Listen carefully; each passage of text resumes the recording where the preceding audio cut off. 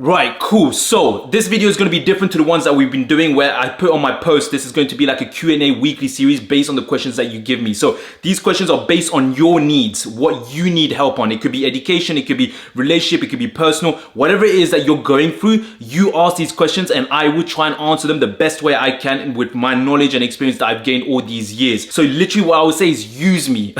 Yeah. Use me, bro. Come on, what the heck, man?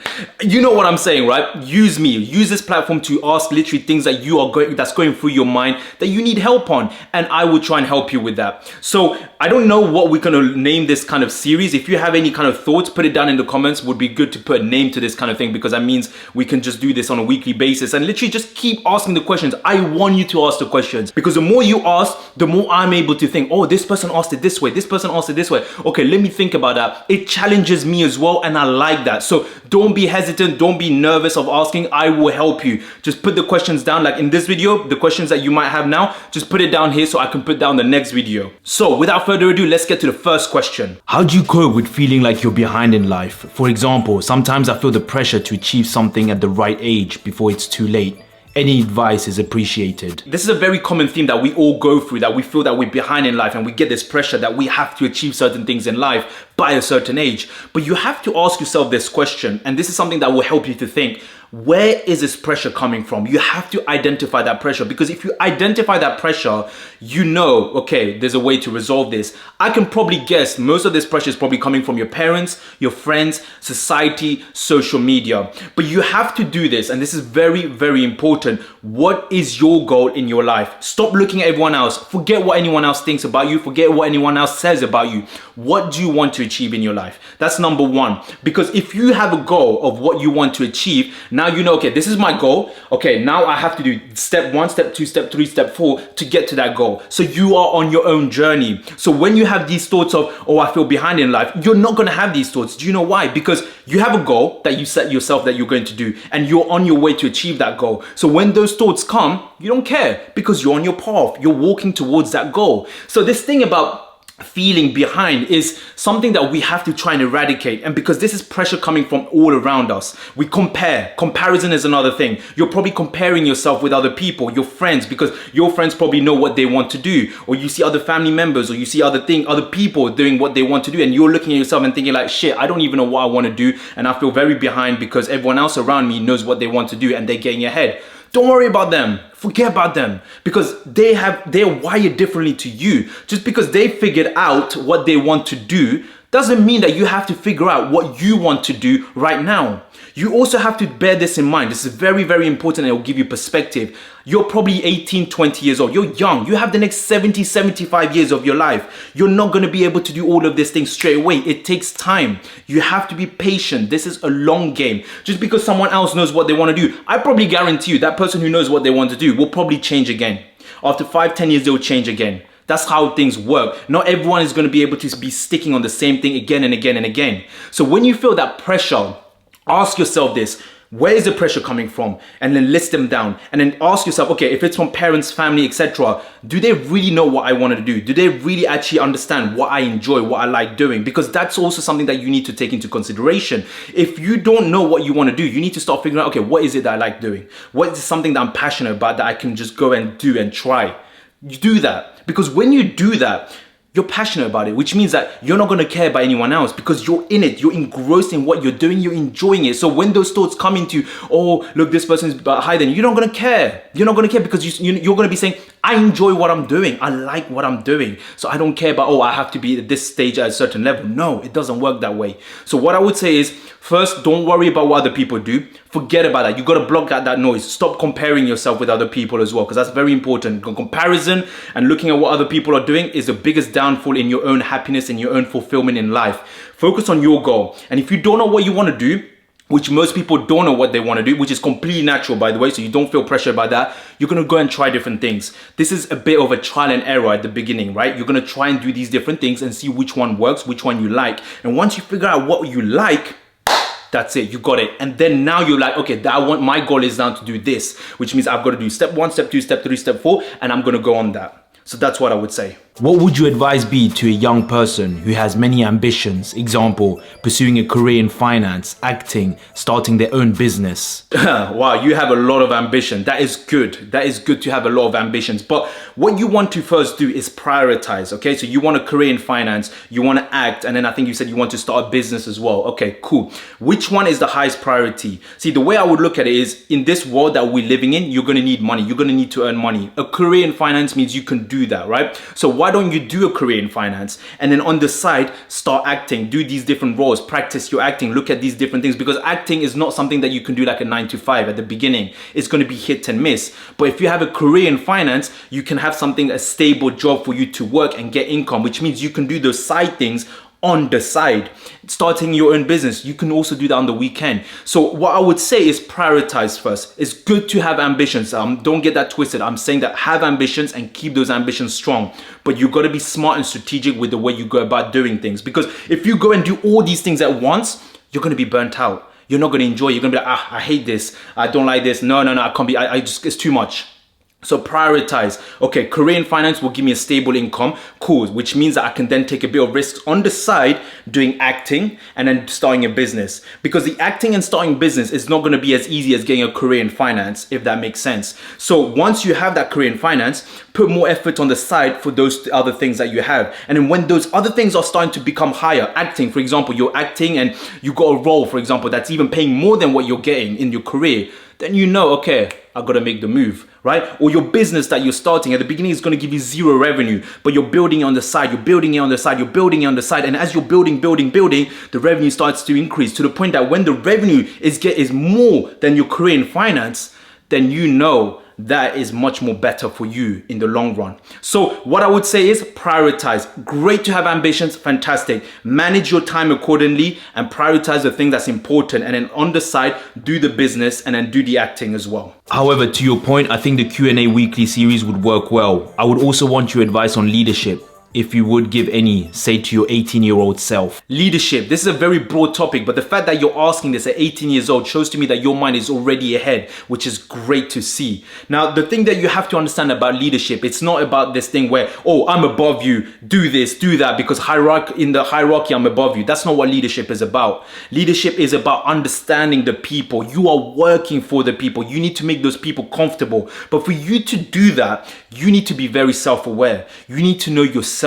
And at 18 years old, you're still learning about yourself. You can obviously go and read these books, and a very good book that I would recommend is called 21 Rules of Leadership, or 21 Irrefutable Rules of Leadership by John C. Maxwell. I'll put the link in the description as well for you to check it out. That's a very good book, and it will help you understand what leadership is about. But one thing I would say, even when you're doing that, is you need to know yourself. You need to know your emotions. You need to control your emotions. You need to understand your thoughts. It's about you taking yourself out of yourself and putting yourself in that person's shoes. Leadership is about putting yourself in that other person's shoes. So you have to be able to remove your emotions. It can't be like, oh, I'm angry, I'm frustrated, so I'm going to take it out on you. No, that's not what leadership is about. Leadership is making sure that you understand the individual, understand how their mind works, making sure that they are going to do the work, but they're doing it because they want to. So you need to understand the human psychology, what kind of works with the human psychology. Okay, if I say this in this way, that might have a different result in the way they're going to do the work, but as opposed to me saying it this way. There's a lot of that. But for you to do those things, yes, you can read that book that I'm going to recommend you, but also you need to be self-aware and you need to understand your emotions, which means that sometimes when you get angry, okay, write down, why am I getting angry? What's the reason? When you control your mind, or even better, when you conquer your mind, it's easier for you to help other people. But when you have things that inside you that you still have to work on and just kind of deal with, it becomes difficult because you're going to take it out on them. So it's good that you're asking leadership at this age, and trust me, there's so much to learn. Like, leadership doesn't end. It's never ending. It's always evolving. You're always going to have to keep learning, and everyone is different. Leadership is about putting other people first before you. That's what it is. It's making sure that they get what they need and they are happy and comfortable. Now, that doesn't mean that you're pushover. Of course not. But there is a balance. But that balance comes as well when you know more about yourself. So you have to go into that journey as well. And, good things that you can do, for example, very simple practical things you can do is even in your family, if you have siblings or cousins or friends, like, just do small things, say small things, like see how it work. Okay, if I say in this way, for example, hey, how you doing? How you feeling? You good? How's things going with you?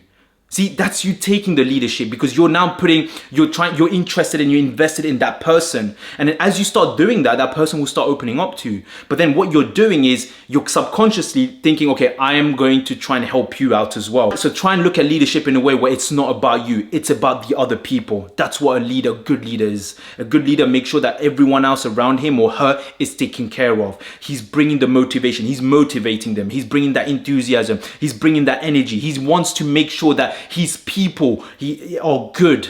They are doing the work, but they're also wanting to do the work, because the leader is making sure that they are well taken care of. There's a lot of human psychology behind that. But again, for now, you can just look at the book, read the book, and just kind of start learning more about yourself. And as you do that, you'll see, you'll start to evolve and improve. So I want to go somewhere to study and maybe take a gap year, but my parents think I'm wasting my life. I really want to do this because I can grow very much as an individual. But the only problem is that I need my parents' financial support on this, which, you know, if you have anything to say, I'd love to hear it. So for this one, when you say you want to go and study somewhere, is this somewhere outside of the country, in a different country? And then you also want to take a gap year in a different country? That I'm not quite sure, but I'm just going to try and assume that okay, you want to take a gap year, which means that you want to, you know, go out and travel somewhere. That's what most people do, but that's what I'll try and take on board. I know this is me being honest, by the way. Yeah, it's going to sound a bit harsh, but it's honest. You can take a gap year. There's nothing wrong with taking gap year, but when you say you want to improve as an individual, you want to learn, what exactly do you want to learn? Have you listed down, okay, if I take a gap year, these are the skills that I'm going to learn? Because the thing is, too many people say, oh, I want to take a gap year and I'm going to travel the world. Okay, what exactly are you going to do by traveling the world? What exactly are you going to learn? Because it's very generic, it's very vague. People don't go deep. They don't really actually think about this. There's nothing wrong with taking a gap year, but you have to have a plan when you're taking gap year. What exactly in that year are you going to learn? Or what exactly do you want to learn when you take that gap year? Have you asked yourself that question, and have you made those lists? Because if you made those lists, okay, this is what I want to do, this is what I want to learn, this is what I want to learn, and you show that to your parents, you have a stronger case against them, with them, if that makes sense, right? You have a stronger case, because if you go and tell your parents, oh mom, dad, I want to take a gap year, they're gonna be like, what the heck are you doing? You're taking a gap year, you're wasting your time,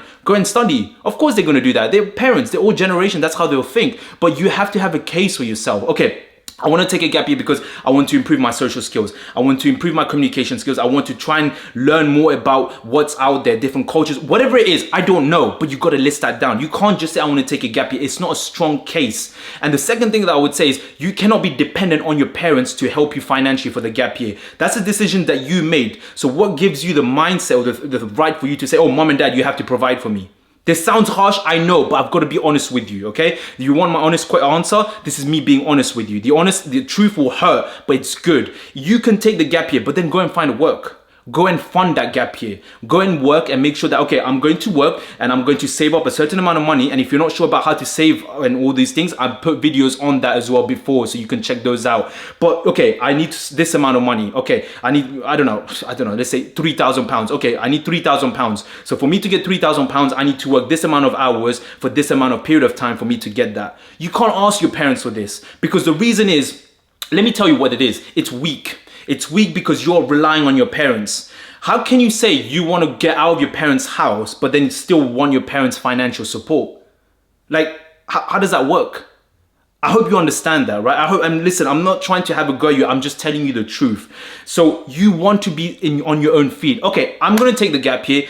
I'm going to go and work because I need to earn this amount of money for me to take the gap year. And when I take the gap year, these are the reasons why I want to take the gap year. That is a much stronger case that you can go and give to your parents. And if whether they want to accept it or not, then, you know, that's up to them. But at least you know you've done everything the right way. I hope that makes sense. About to go to uni, but still struggling to fully reset. Feeling overtired after exams and haven't been able to catch up on the sleep, if that's a thing. How to just deal with that and have a no stressful but productive approach to the new season. Okay, so this is an interesting question because I need to try and understand a bit more, but I'm going to try and assume certain things. You're saying that you feel overtired after your exams and you feel like you're not getting the sleep that you need. Okay, look at your environment. What is it around your environment that's making you feel overtired? Are you doing more work? Are you doing things that's making you tired? So that's a question that you need to ask. Okay, why am I getting overtired? Look at the actions that you're doing on your day-to-day, or maybe note it down. Are you doing work? Are you studying? Are you helping out? What is it that's making you tired? Because there's always something that makes us tired, right? And the thing is, we need to try and identify what makes us tired. So what you want to do is first identify what is the things that's making me tired. What are the things that's making me not being able to fall asleep? Now, I know the weather, if you're from the UK, the weather has been extremely hot, so that could be a reason as well. But what I would say is try and take a week off from everything. Like, are you on social media, for example? You probably are on social media, right? That will also subconsciously tire you because you're literally consuming useless content. So you have to try and, okay, detox yourself. Okay, I don't need social media. I don't need this. I need to just focus on my mind and focus on me trying to get back to my normal self. So you have to first be able to change things around you. Like, what are the things that you're doing right now that you can change? Because the things that you're doing right now is clearly not working, which is why you're feeling overtired and you're feeling like you're not getting the sleep. So you got to change these things. You got to think of it like this. If you keep doing the same thing that you're doing right now, you are going to get the same results. It's as simple as that. So for you to get different results, you need to change the things that you're doing in your life at the moment, because clearly at the moment it's not working and it's making you feel tired. So that's the first thing I would say for you to do is first declutter your mind. If it means going out to a certain place for 1 week just to complete change of environment, do it. Because if you're going to be starting university as well, like you said, you want to make sure you feel refreshed. But I guarantee you, if you do those things and you change your environment and you change those habits and your actions, that feeling of feeling more fresh and being more productive is going to come naturally. You don't need to worry about that. So focus on this first and then the rest will follow. Your thoughts on these online jobs people are talking about? Online jobs, oh my days. Okay, I'm just going to try and keep my level to a certain level because I get very frustrated when I see all these YouTubers and these people posting these online jobs, but they're only doing it to get views, or they already have a course that just wants them to get the sales. You have to ask yourself this. Okay, and this is very important, but they're not going to do that because they want money from you and they want views. What are you doing these jobs for? What is your end goal here? Is it money? Because if it's money, which probably 99% of the people are going to say it's for money, it's going to be short-lived. And let me tell you why it's going to be short-lived. When you're doing something for money, you're not going to enjoy it. You're not going to like it, which means when things get hard, and they will get hard, things will struggle, you will get rejected, things are not going to work, you're going to give up. So what does that mean? You give up and you're going to move on to something else. That's going to be the story of your life. You're going to keep moving from one place to another because you're after money. You're chasing money.